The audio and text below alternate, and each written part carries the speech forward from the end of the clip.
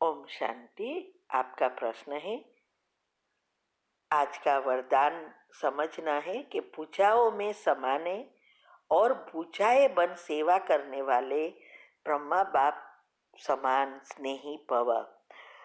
तो प्रश्न यह है कि भगवान की पूजाएं कैसे बने, क्योंकि वो तो निराकार है और सेवा कर ब्रह्मा बाप के स्नेही कैसे बने।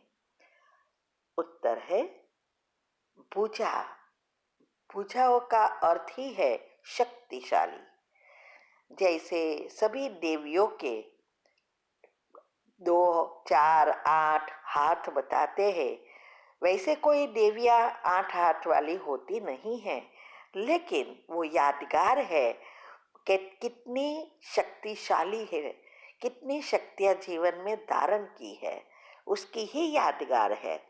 तो यहाँ भी ब्रह्मा बाप के समान हमें बनना है, तो उनकी भुजाओं में समाना अर्थात उनकी जो भी शक्तियां है, जो उस शिव बाबा से उसने ग्रहण की, और वो शक्तियां एक हाथ के रूप में है। तो वो जैसे स्थूल में भी हम जिससे बहुत प्यार होता है, वो क्या करता है, हमें भुजाओं में या बाहों में समा लेता है। ऐसे ही जब हम ब्रह्मा बाप ने जो कुछ किया पहले नंबर में श्री कृष्ण बनने के लिए, वो ही हमें उनको फॉलो करना है, क्योंकि ब्रह्मा बाप ने वही किया जो शिव बाबा ने कहा। एक जाट के सब कुछ भगवान के कार्य में अर्पण कर दिया और फिर आत्म स्वरूप बनने के लिए, अपने संचित कर्म भस्म करने के लिए तीव्र से तीव्र पुरुषार्थ किया। तो ऐसे ही हमें भी उनकी पूजा बननी है। हम जितना शक्तिशाली या सेवा के लायक बनकर वो भगवान के कार्य में मददगार बनते हैं, वो ब्रह्मा बाप की पूजाएं बनती है। इसीलिए जब हम उसकी शक्ति रूपी किरणों में समाये रहते हैं, तो हम सेफ्टी का साधन हम सेफ रहते हैं। वही एक सेफ्टी का साधन है और हम उनके प्यारे बन जाते हैं। तो हम जो वो कहे वो करेंगे, तो उनके स्नेह में समाना है। वैसे भी ये सृष्टि चक्र है। वो सृष्टि चक्र में क्या है, 4 भाग है और वो जो पाखी है माना 4 को डिवाइड किया है। तो पहला जो है राइट साइड से शुरू होता है, जहाँ सत्युग है, देवी देवताएं है, फिर त्रेता आता है, फिर द्वापर और फिर कलयुग लेफ्ट साइड है। तो जो आत्माएं तीव्र पुरुषार्थ कर भगवान के कार्य में मददगार बनते हैं, और वो ही राइट हैंड है। जैसे कंपनी होती है, बड़ी कंपनी में डायरेक्टर या मैनेजर के कोई खास व्यक्ति है, तो कितना उसको नशा रहता है कि हम राइट हैंड है, और उसके कार्य से ये दोनों के एक दूसरे के बर्ताव से या स्नेह से सभी को पता चलता कि ये राइट हैंड है। वो जो भी कहता है वो करता है और प्रैक्टिकल करके दिखाता है। ऐसे ही हम भगवान के राइट हैंड है। तो राइट हैंड होने से कितना नशा होना चाहिए कि भगवान के राइट हैंड, जिसको सारी दुनिया ढूंढ रही है, और जिस जो भगवान सारे विश्व की आत्माओं को मदद करते हैं, उनको हम मदद करते हैं। तो कितना नशा होना चाहिए। जब तक नशा नहीं चढ़ता तब तक हम राइट हैंड नहीं बन सकते, क्योंकि राइट हैंड बनने के लिए उसका सेवा भी तो करनी पड़े ना, वो जो कहे वो करना पड़े। तो ये सेवा करने के लिए पहले खुद को बाप समान बनाना पड़ता है। इसीलिए हमेशा कहते हैं कि पहले बाप समान बनो, फिर औरों को आप समान बनाओ। तो ये जो है पूजा बनना, अर्थात ईश्वरीय नशे में रहकर बाप की बताई हुई विधि को फॉलो कर उनके समान बनना। और उसके लिए एग्जाम्पल के रूप में ब्रह्मा बाबा है।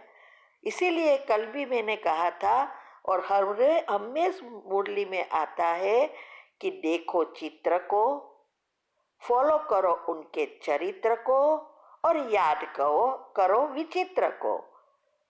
तो याद तो कनेक्शन तो एक से ही करना है, लेकिन वाया, क्योंकि पोस्ट ऑफिस वो है ना, ब्रह्मा बाबा है, उनके मुख द्वारा ही सब कुछ करते हैं, बाकी हमें कैसे पढ़ाएंगे। इसीलिए जब हम उनकी शक्तियों में, पूजाओं में समाये रहते हैं, उसके प्रेम में समाये रहते हैं, तो हम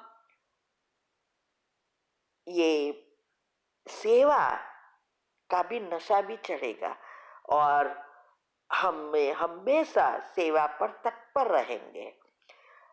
तो पहली श्रीमत ही बाबा की क्या है? अमृत वेले उठना, मुरली सुनना, मुरली मंथन करना, योग चाट रखना। तो अभी देखो कितने चार्ट रख रहे हैं। आज हजारों नंबर है हमारे पास, इतने सारे ग्रुप है, 25 ग्रुप है। इसमें से कितने चार्ट रखते हैं, कितने ज्वाइन हुए हैं, और उसमें से रखने वाले तो दिन प्रतिदिन कम होते जाते हैं। क्या ये तीव्र पुरुषार्थ है? नहीं।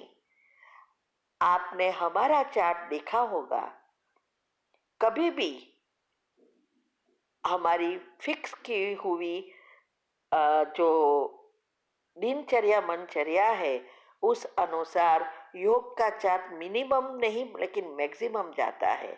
कितनी सेवा की, कितने कर्मयोगी रहे।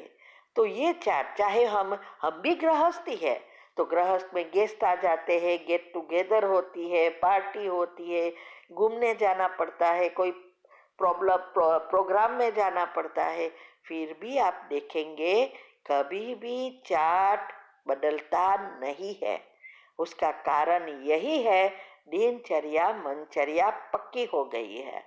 और इसमें अमृत वेला के जो भी समय है वो तो हमारा है ना। तो हम ही अगर अमृत वेला पक्का नहीं करेंगे, आलस्य अलबेलापन नहीं जाएगा, कुंडलिनी मूलाधार में ही रहेगी, तो आगे कहाँ से बढ़ेंगे? फिर बहानाबाजी करते रहेंगे। तो पहला स्टेप ही है अमृत वेला। और दिनचर्या मनचर्या सेट करेंगे, जो योग की पहली अवस्था पक्की करेंगे, फाउंडेशन बनेगा तो मंजिल तक पहुंच सकेंगे। इसीलिए ईश्वरीय नशा चढ़ाने के लिए जरूरी है हर चीज को अच्छी रीति सुनकर, समझकर, प्रैक्टिकल जीवन में धारण कर यूज करना है। और इसके लिए चाहिए सारे राज। और वो राज आजकल तो कितने इजी मिल रहा है, पहले इतना ज्ञान खुला नहीं था। आजकल तो यूट्यूब पर देखो, वेबसाइट पर देखो, सभी जगह पे मिलता है। लेकिन हमारे आलस्य अलबेले के कारण उनका उपयोग भी नहीं कर सकते। जैसा चलता है वैसा चलने देते हैं। तो सोचो, खुद चेक करो कि आप कहाँ तक पहुंचे हो। क्या ब्रह्मा बाप समान बने हो? क्या उनके स्नेही बने हो? इनके भी पूजा बने हो? या पूजा में समाये रहते हो या बाहर भाग जाते हो? ठीक है। ओम शांति।